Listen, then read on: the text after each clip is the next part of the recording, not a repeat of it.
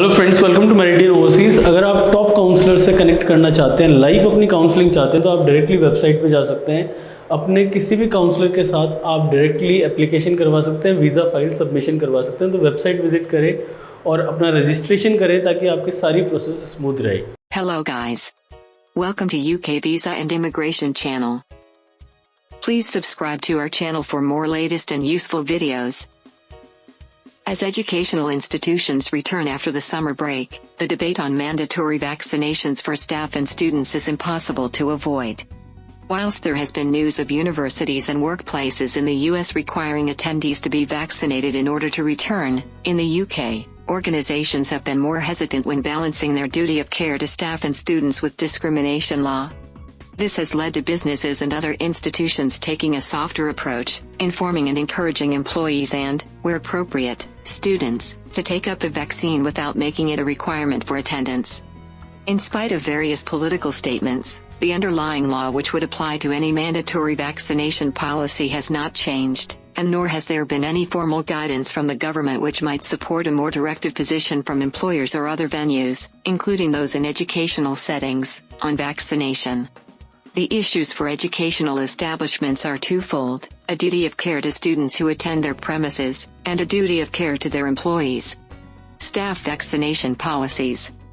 In relation to staff, there are twin issues of both protection from infection and therefore illness and possibly the ability to spread the virus, as well as beneficial arrangements for those who have been vaccinated who come into close contact with the virus, in that isolation is not required.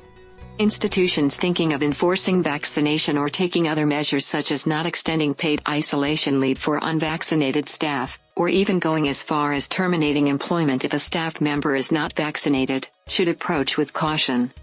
There are risks in mandating vaccination, including opening an employer up to claims of indirect discrimination on grounds of religion or belief, disability, or pregnancy/sex for those who cannot have the vaccine, or personal injury claims in the event of an adverse side effect.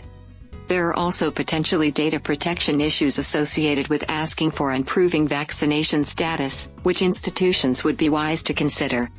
For all of those reasons, guidance in the UK, in particular, from the employment advisory body ACAS, has so far focused on advising employers to encourage and support staff to get a vaccination, such as by sharing the facts on vaccination or offering paid time off to do so.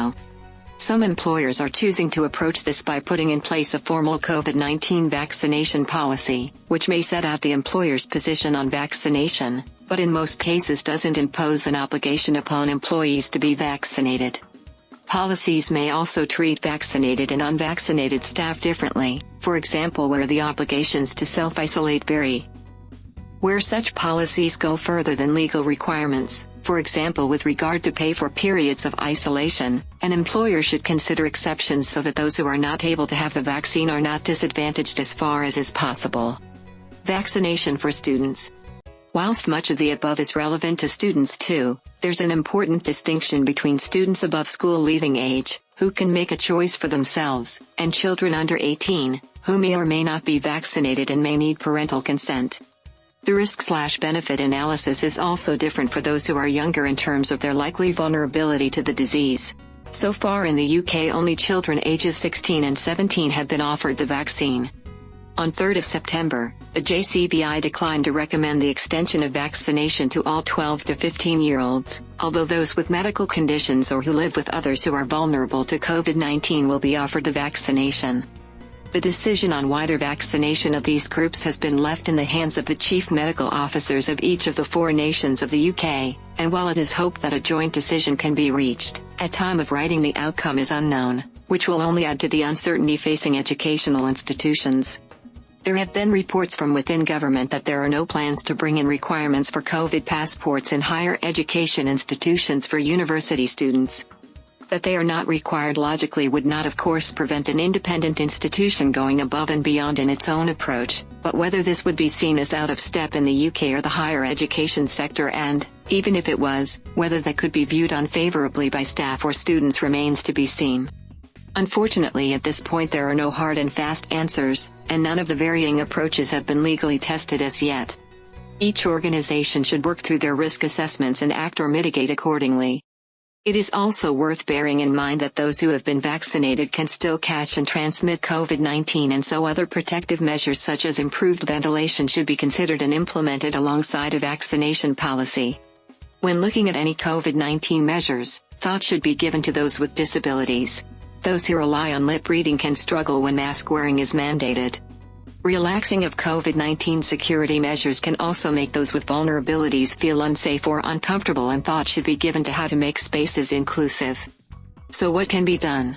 Schools, colleges and universities should aim to inform staff and students, where applicable, about vaccination.